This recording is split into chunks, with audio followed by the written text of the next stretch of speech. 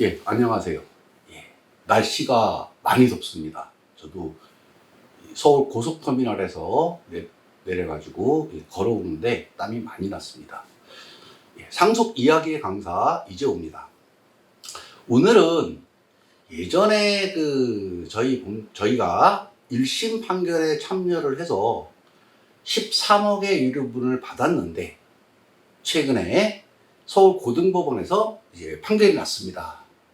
서로 원고와 피고가 전부 항소를 해서 판결이 났는데 전부 기각됐습니다.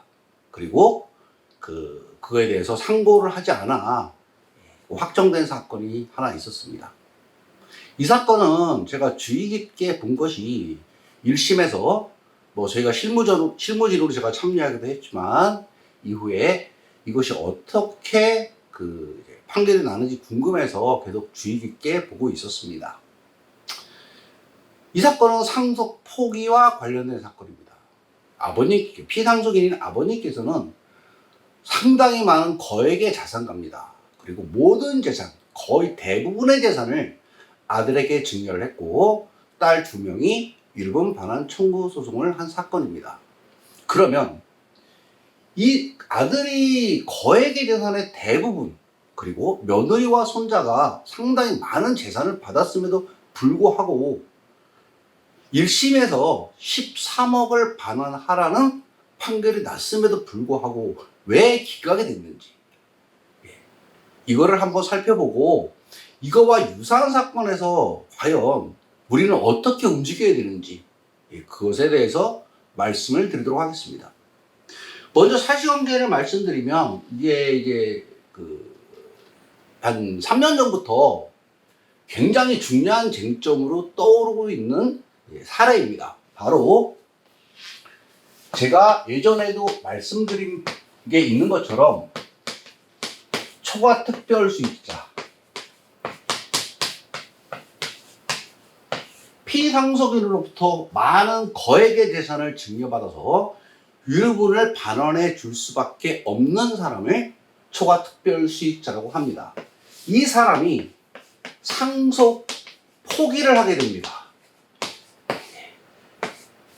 이거는 그냥 내가 상속을 안 받겠다 이러는 게 아니고 민법 1019조에 따라서 피상속인이 사망한 날로부터 3개월 안에 법원에 상속 포기 신청을 하고 그 신청이 받아들여진 것을 말합니다. 이런 경우에는 민법 1114조의 적용을 받게 됩니다. 이거로부터 이제 모든 문제가 발생을 하고 심지어 최근에 난 판결에 의하면 이것만으로 유류분이 무력화될 수 있습니다. 제가 이 판결을 받고 어떻게 보면 경악을 하면서 놀랬던 이유가 이번 서울 고등법원의 판결에 따르면 그거를 그대로 적용을 한다면 사실상 유류분 제도 자체가 무력화되기 때문입니다. 자, 왜 그런지 설명드리기 앞서서 초과특별수익자가 상속 포기했을 때는 도대체 어떤 일이 발생하는지를 먼저 설명드리도록 하겠습니다.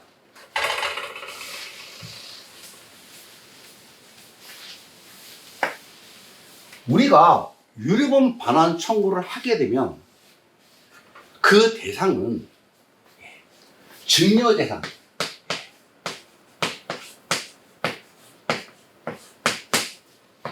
대해서 유류분 반환 청구를 합니다.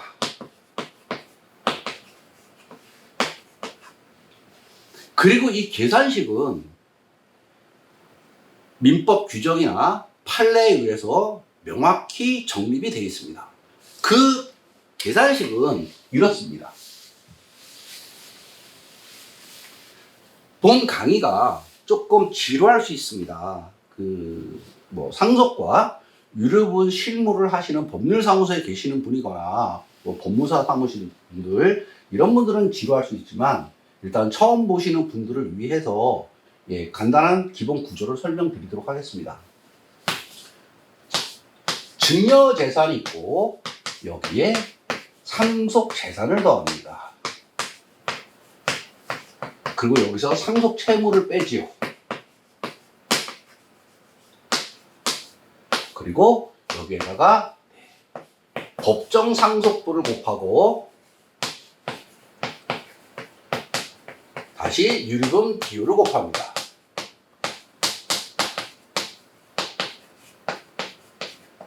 이렇게 하면 이 나온 금액이 유류분이 됩니다.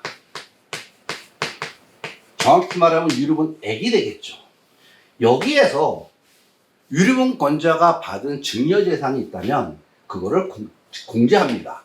이거를 특별수익이라고 합니다. 그리고 상속으로 받은 재산이 있다면 그것도 공제합니다. 이거를 순상속분액이라고 합니다. 이런 계산에 의해서 나온 금액이 우리가 유류분 부적분이고 실제로 소송에서 우리가 반환받는 금액은 이 유류분 부적분입니다. 자, 여기서 문제가 생깁니다. 만약에 이게 없다면 아까 말씀드린 사안에서 아들 1명, 딸 2명이 있습니다. 그리고 며느리와 손자가 있습니다. 만약에 며느리와 손자 그리고 아들이 받은 증여재산이 여기에 포함되지 않는다면, 이게 없다면, 이것만 남아있다면 유류분액은 마이너스가 됩니다. 왜? 이 상속재산으로부터 받기 때문입니다. 유류분 반환 청구는 그 상대방이 특별수익자임을 전제로 합니다. 그리고 상대방이 많은 재산을 증여받음으로써 내 유류분이 침해될 것을 전제로 합니다. 따라서 상대방의 특별수익이 없다면 청구할 수 있는 유류분도 없게 됩니다. 상속포기는 바로 이거와 관련이 있습니다. 민법 1114조. 이 증여는 민법 1114조에서 정하고 있습니다. 이 민법 1114조는 상속이 개시되기 1년 전, 1년 이내에 증여한 것만 반환 대상으로 하고 있습니다. 그 이전에 증여한 거라면 유류분권자를 해할 것을 알고 한 증여, 알고 증여한 것만 유류분 반환 대상이 됩니다. 쉽게 말씀드리면 피상속인께서 돌아가시기 1년 이전에 증여를 받았는데 그것이 유류분권자를 해야 할 것을 알고 받은 게 아니고 몰랐다라고 인정이 되면 여기서 빠져버리는 겁니다. 만약에 50억이 증여가 됐다. 그리고 다른 건 아무것도 없이 자녀가 둘이라면 이렇게 돼서 유류분 지분이 4분의 1이 됩니다. 그러면 저 50억에 대한 4분의 1을 내가 반환 청구를 할 수 있습니다. 그러나 이 규정이 적용이 돼가지고 이게 만약에 10억으로 떨어졌다. 40억은 여기에 해당하지 않아서 빠졌다. 이렇게 되면 10억의 4분의 1만 청구할 수 있습니다. 따라서 유류분 반환 청구 소송에서 가장 중요한 개념은 바로 이겁니다. 그리고 실무에서 대부분의 쟁점, 그리고 서로 다투게 되고 법원에서 판단을 하게 되는 것은 거의 다 이겁니다. 나머지 뭐 상속재산 이거는 정해져 있는 겁니다. 상속채무 마찬가지입니다. 상속재산과 상속채무는 상속세 신고할 때, 자진신고할 때 보면 다 나옵니다. 이거 법정상속분, 어머니 1.5 자녀 1, 이거 민법 규정에서 나와 있고 사람 수를 바꿀 수는 없습니다. 뭐 있는 어머니를 없앨 수는 없고 자녀 있는데 거기서 없앨 수 없습니다. 유류분 비율, 배우자와 직계비속 자녀들은 2분의 1입니다. 정해져 있습니다. 민법에. 결국 이 문제입니다. 나머지는 웬만큼은 다 정해져 있습니다.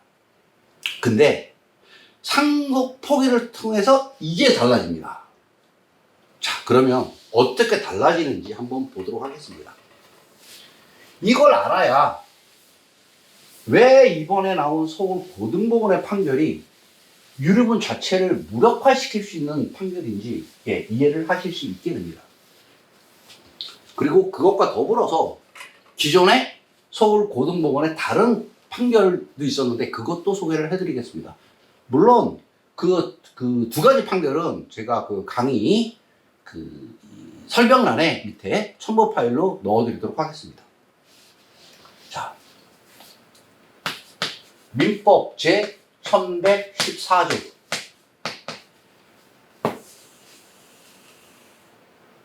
피상속인께서 사망을 하셨습니다. 그리고 여기가 1년입니다. 원칙적으로 여기에 이 1년 이내에 증여하면 이거는 반환 대상이 됩니다.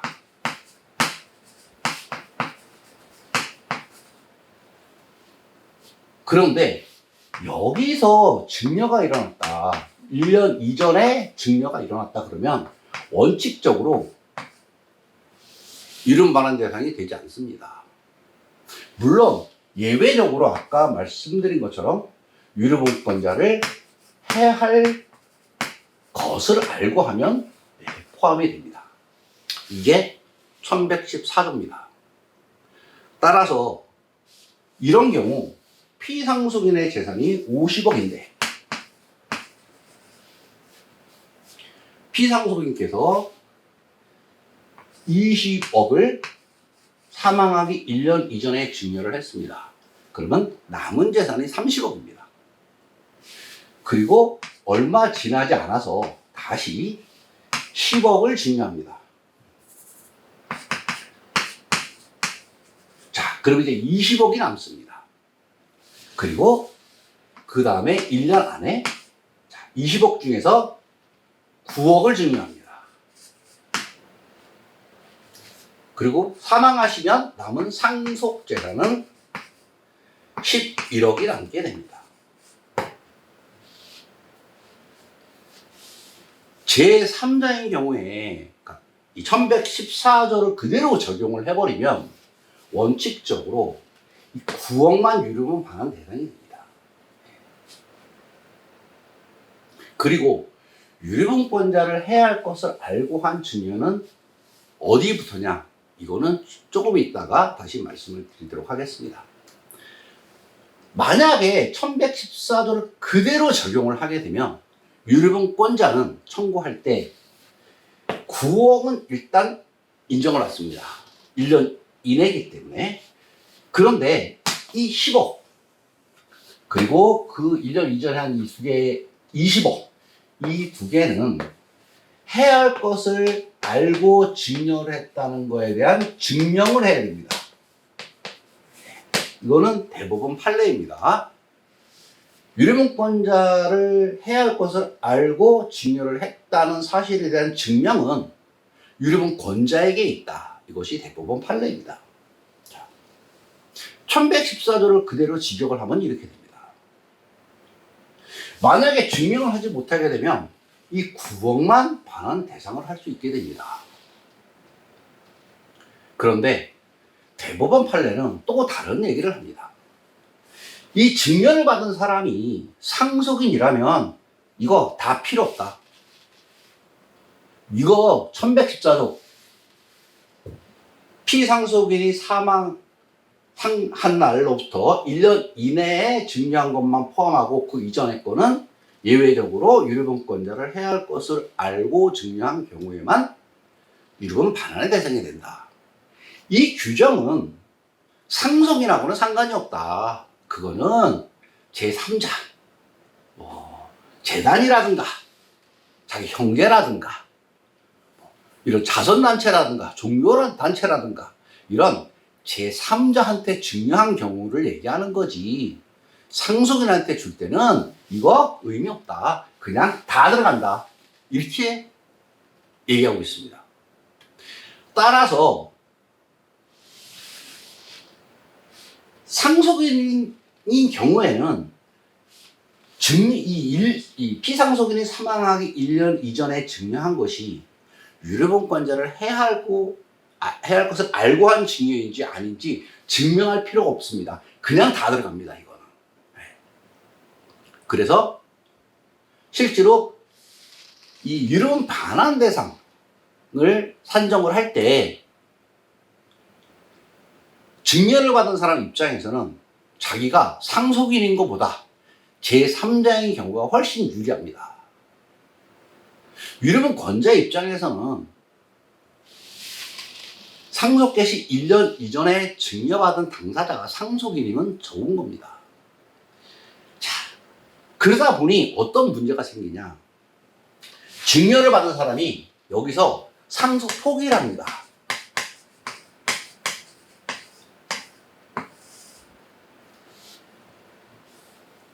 이거에 대해서 대법원은 상속 포기를 하게 되면 이것도 옛날에 증여받은 것도 상속인으로서 받은 게 아니고 제3자로서 받은 거라고 인정을 합니다.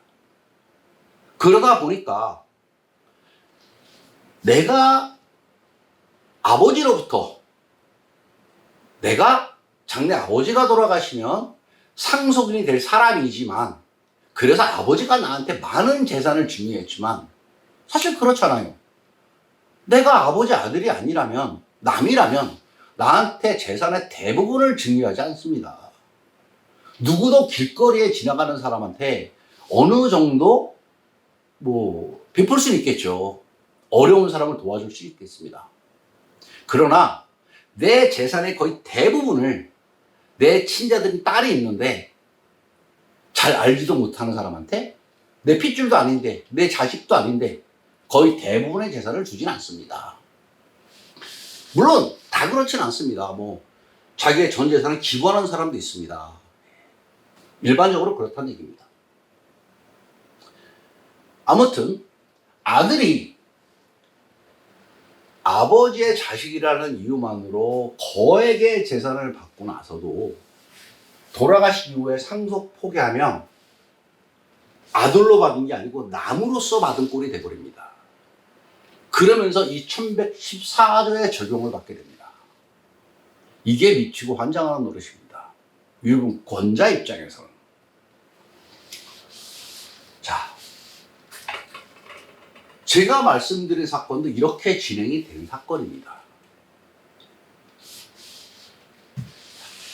결국 그러면 어떻게 일이 흘러갔느냐. 금액은 좀 차이가 있을 수 있습니다. 왜냐하면 제가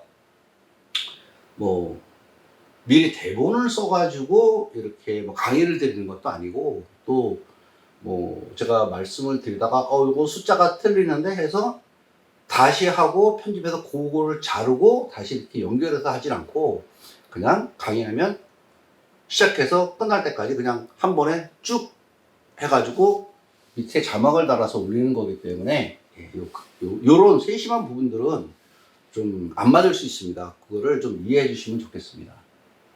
아무튼 이렇게 되니까 아들이 상속 포기를 하게 되니까 결국은 이 9억은 문제가 없습니다. 이거는 1년 이전이기 때문에 문제는 1년 이전에 준 게 문제가 됩니다. 이거에 대해서는 고등법원, 서울 고등법원의 3가지 판례를 제가 알고 있습니다. 이 상속 포기가 됨으로써 제3자가 된다는 대법원 판례가 나온 이후에 제가 전국의 판례를 다 뒤져봤습니다. 그리고 유의미한 판례만 모아서 다시 공부를 했고, 그리고 말씀드린 것처럼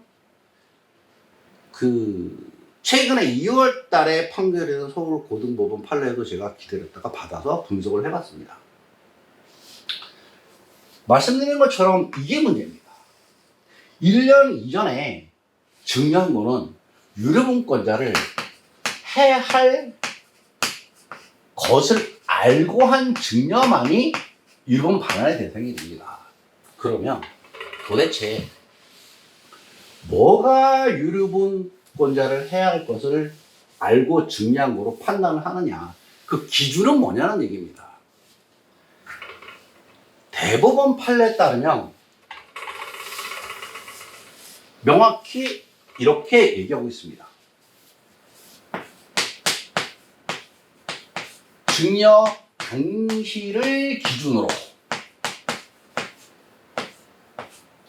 증여한 재산이 남은 재산보다 많아야 된다. 쉽게 얘기하면 과반 이상을 주는 거라는 얘기입니다. 장래에 증가할 가능성이 없어야 된다. 이 얘기는 피상속인께서 과반 이상을 줬다 하더라도 후에 또 다른 재산을 취득해서 재산이 증가하면 그 당시에 51%를 줬다 하더라도 그 49%가 51%를 뛰어넘으면 상관이 없다는 얘기입니다. 그리고 쌍방이 알고 있어야 된다. 증여하는 사람과 증여받는 사람이 이런 사실을 다 알고 있어야 된다라고 얘기합니다. 그런데 사람 마음속을 누가 압니까? 쌍방이 알고 있었는지 모르고 있었는지. 증여하는 사람이 우리 딸들의 유류분이 침해되는데 어떡하지? 아들이 아버지한테 내가 이걸 받으면 우리 너희들의 유류분이 침해될 것 같은데 그럼 어떻게 합니까? 저는 몰랐는데요. 이러면 끝입니다. 사람 마음을 열어볼 수 없기 때문에요. 그래서 사실은 이거는 큰 의미가 없습니다. 소속에서는. 왜냐하면 어떤 사실을 증명할 때 법에서 주관적으로 접근하지 않고 그 내심을 객관적인 사정을 놓고 들여다보기 때문에 그렇습니다. 그래서 결국 남는 거는 이 세 개입니다. 이거는 객관적으로 입증이 되거든요. 증여 당시 언제인지 압니다. 증여한 날짜. 증여 재산이 많은지 남은 재산이 많은지 이거 조사하면 나옵니다. 소송하면서 우리가 이제 재산 조사를 싹 하거든요. 이름 반환 청구 소송하면 피상속의 재산이 얼마였고 그 당시에 얼마가 증여가 됐고 그래서 상속 개시 당시를 기준으로 또 감정을 다 합니다. 그래서 물론 이 증여 당시 기준을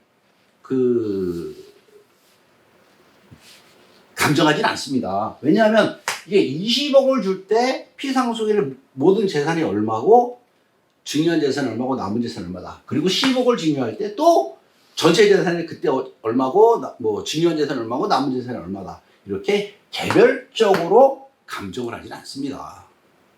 그냥 상속 개시 당시를 한번 딱 감정을 하면 어차피 똑같이 올랐을 것이고 똑같이 떨어졌을 것이다. 이렇게 봅니다.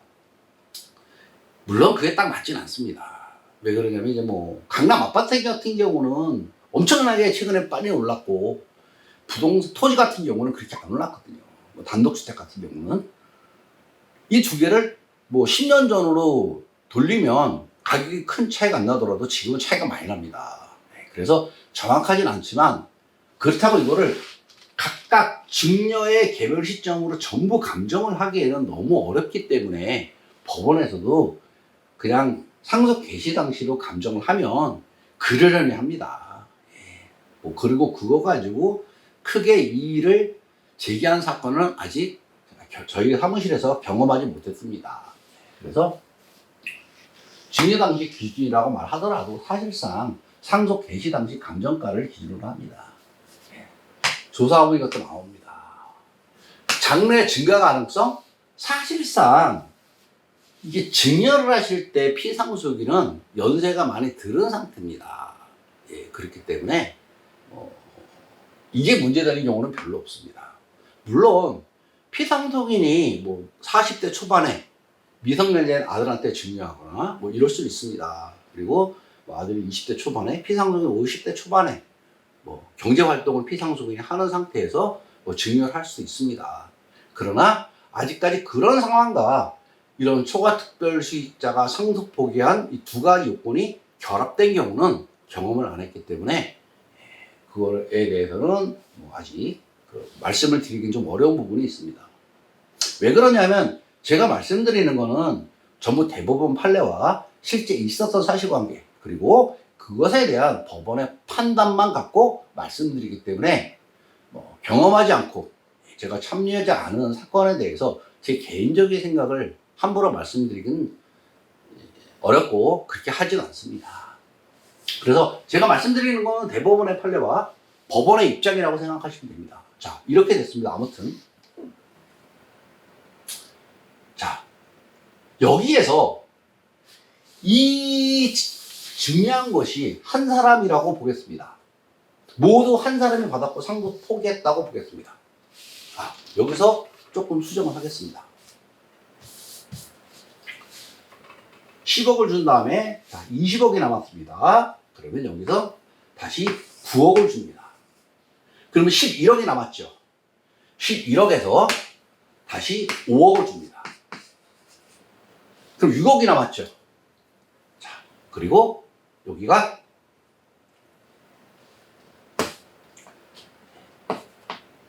여기가 이제 그리고 여기에서 1년이 되고 그 다음에 6억 남은 거에서 2억을 또 줍니다. 그러면 남은 재산이 얼마냐면 4억이 남습니다. 자, 4억은 상속입니다. 이거는.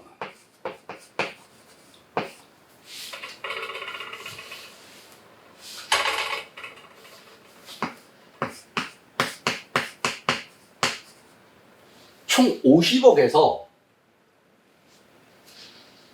처음에 20억, 그 다음에 20억을 주면 30억이 남죠. 남은 재산입니다. 그 다음에 10억을 주니까 20억이 남게 됩니다. 9억을 주니까 11억이 남게 됩니다. 5억을 주니까 6억이 남게 됩니다. 2억을 주니까 4억이 남게 됩니다. 네, 그래서 이게 상속으로 갑니다. 원래 자녀가 2명이라면 곱하기 4분의 1이니까 10억 2,500만 원이 유류분이 될 겁니다. 상속 포기하지 않았다면 딸은 10억 2,500만 원의 유류분을 갖게 되고 이 4억을 단독으로 받은 다음에 구체적 상속분에 따라서 단독으로 취득하고 그러면 나머지 6억 4억이 빠지니까 6억 2,500만 원의 유류분을 청구할 수 있습니다. 자, 딸은 6억 2,500만 원을 유류분으로 청구해서 받을 수 있습니다. 유류분으로 6억 2,500, 상속으로 4억. 네. 아들은 이 50억에서 이렇게 재산을 받은 상속인은 이미 충분한 증여를 받았기 때문에 상속 재산에 대해서 권리가 없습니다. 이것이 구체적 상속분입니다. 구체적 상속분에 대해서 궁금하신 분은 제 그 동영상 영상 중에서 계산법을 이제 강의한 게 있습니다. 그거를 찾아보시면 되겠습니다. 아무튼 원칙은 이렇게 되는 게 맞습니다. 그런데 이 아들이 상속 포기를 하게 되면 얘기가 달라집니다. 첫 번째, 20억의 증여가 일어났습니다. 전체 재산이 50억입니다. 남은 재산은 30억입니다. 그러면 증여 재산이 작습니다. 이게 이렇게. 그래서 유류분 반환 대상에서 배제됩니다. 이 원칙입니다. 이거에 대해서는 저도 이의를 제기하지 않고 그 기존의 서울고등법원의 모든 판결이 다 이거는 이론의 여지가 없습니다. 문제는 여기서 발생합니다. 자, 20억과 10억, 남은 30억 중에서 10억을 증여했습니다. 남은 게 20억입니다. 우리는 여기서 두 가지 생각을 할 수 있습니다. 첫 번째, 전체 재산에서 20억을 받았고 이미 또 10억을 받았으니까 이 두 개를 합치면 30억 아니냐. 그러면 50억 중에서 30억을 받았으니 여기에 해당하는 거 아니냐. 그래서 이 10억부터 이 뒤에 거를 전부 다 유류분 반환 대상으로 보는 겁니다. 다시 말해서 쉽게 정리하면 증여된 금액의 누계를 따져서 그 누계 금액이 전체 재산의 과반을 넘으면 그 과반을 넘는 증여 행위가 있었던 그 증여 금액부터 유류분 반환 대상으로 산입한다는 겁니다. 이해되시나요? 자, 다시 50억 있습니다. 20억을 줬을 때는 전체 재산의 절반이 안 됩니다. 그런데 10억을 주는 순간 50억에서 30억이 돼버립니다. 가져간 재산이. 그러니까 그 10억은 앞에 20억은 째껴 두더라도 네가 전체 재산에서 과반을 넘어가는 10억은 유류분 반환 대상이다라고 보는 겁니다. 그렇게 되면 유류분 반환 대상은 이 10억, 이 9억, 5억, 2억 이 전부가 다 유류분 반환 대상이 되는 겁니다. 그래서 7억이니까 16억, 26억. 네. 26억이 유류분 반환의 대상이 되고 이 4억을 더하면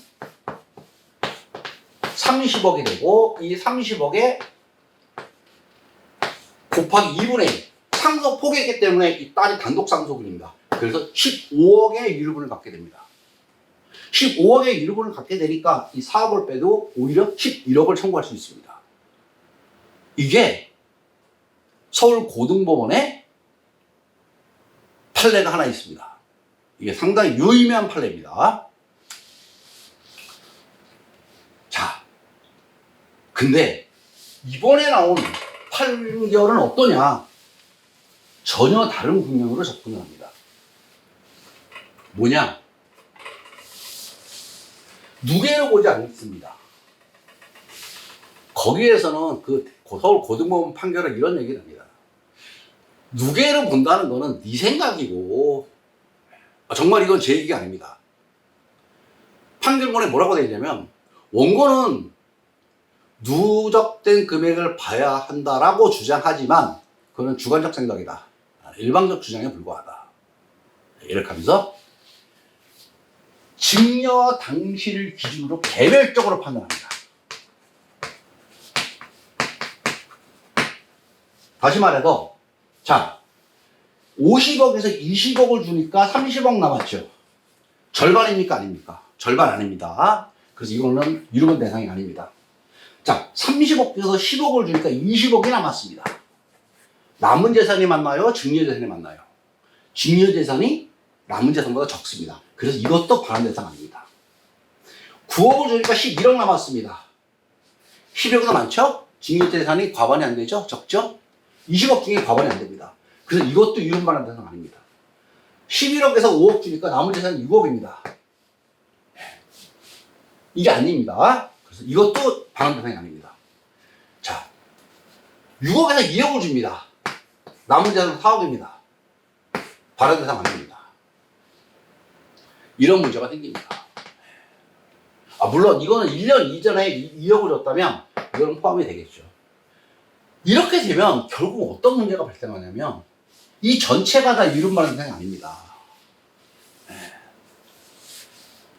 그리고 그냥 상속재산 다 가져가면 끝입니다. 이게 이번에 나온 서울 고등법원의 판결입니다.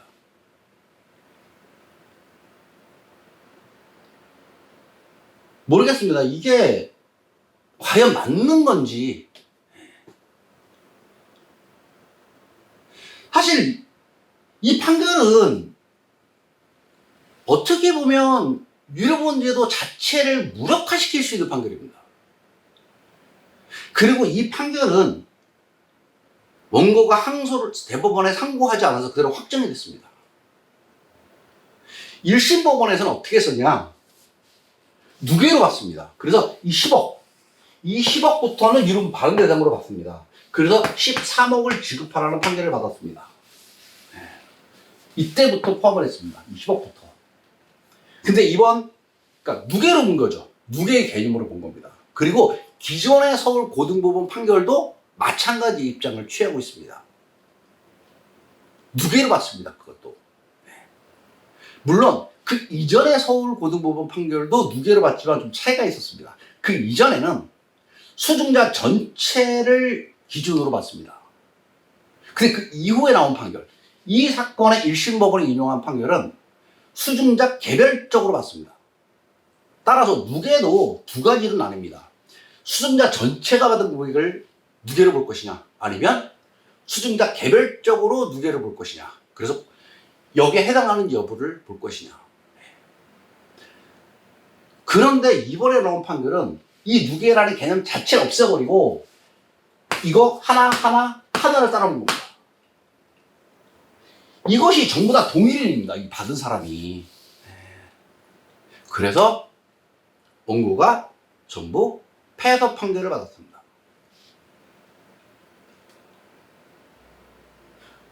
오늘 이 판결을 말씀을 드리는 건 제 생각이 어떻다, 이게 맞다 틀리다라는 부분을 말씀드리고자 하는 게 아닙니다.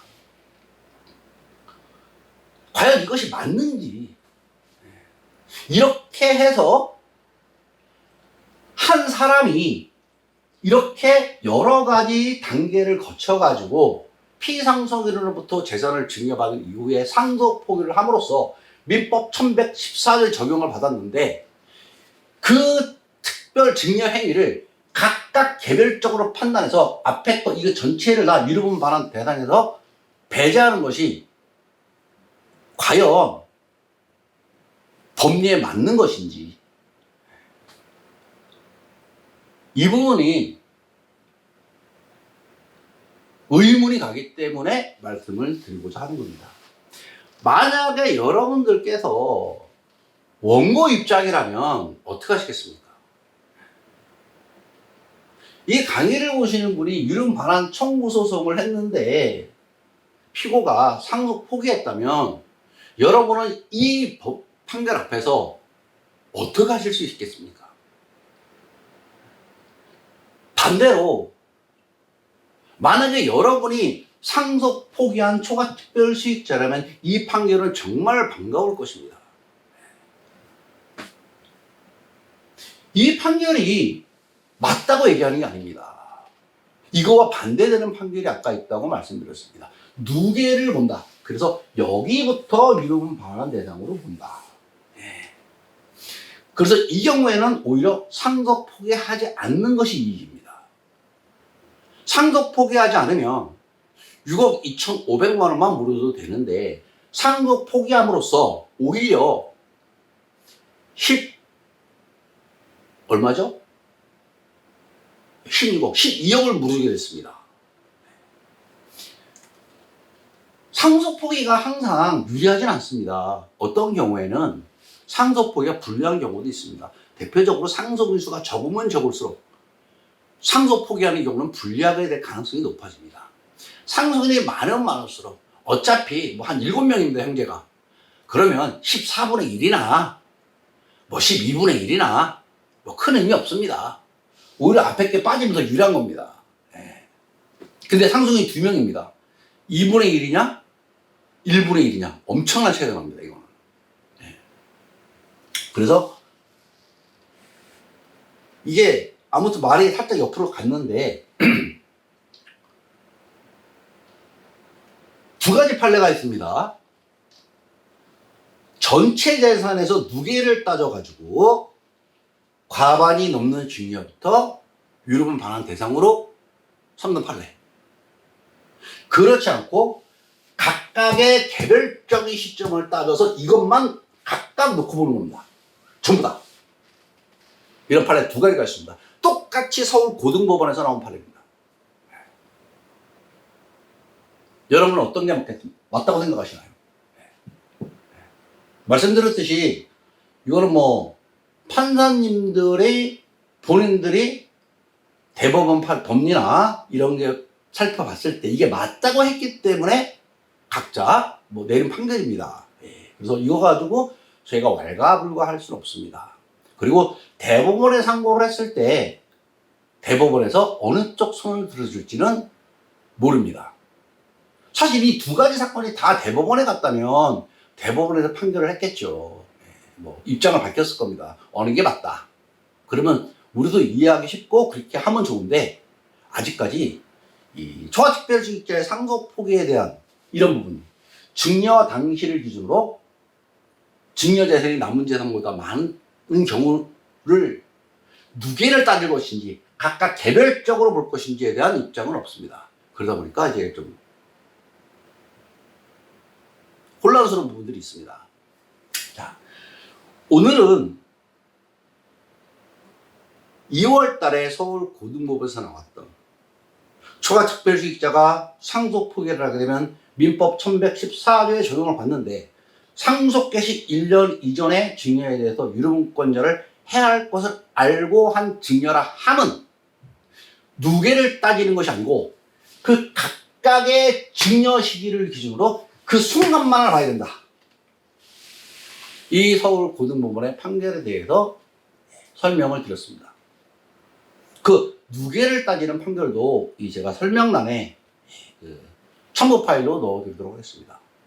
그리고 저는 궁금합니다, 사실은. 그래서 만약에 이거에 대해서 이거 강의를 보시는 분이 의견이 있으시면 댓글을 좀 달아주시면 좋겠습니다. 왜 그러냐면, 제가 17년 동안 상속과 유류분 실무에 몸을 담고 있지만, 그리고 뭐 변호사님들하고 이렇게 얘기를 하면서 사건을 구성하고 이렇게 하고 있지만, 사실은 저의 혼자만의 생각이기 때문에 다른 시각을 어떤지 제가 이제 생각하지 못하는 부분들, 그런 부분들이 있고, 좀 제 시야가 깨이면